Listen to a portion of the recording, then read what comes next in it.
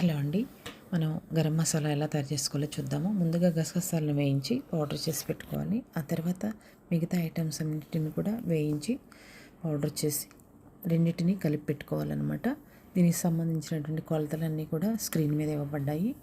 ఈ గరం మసాలా సంవత్సరం అంతా నిల్వ ఉంటుందండి. ఎక్కువ ఘాటు లేకుండా చాలా సువాసన కలిగి ఉంటుంది. ఇది నాన్ వెజ్ కూరలకు, తర్వాత నాన్ వెజ్ పచ్చళ్ళకు కూడా చాలా బాగుంటుందండి. ఇది మీరు కూడా ట్రై చేయండి. థ్యాంక్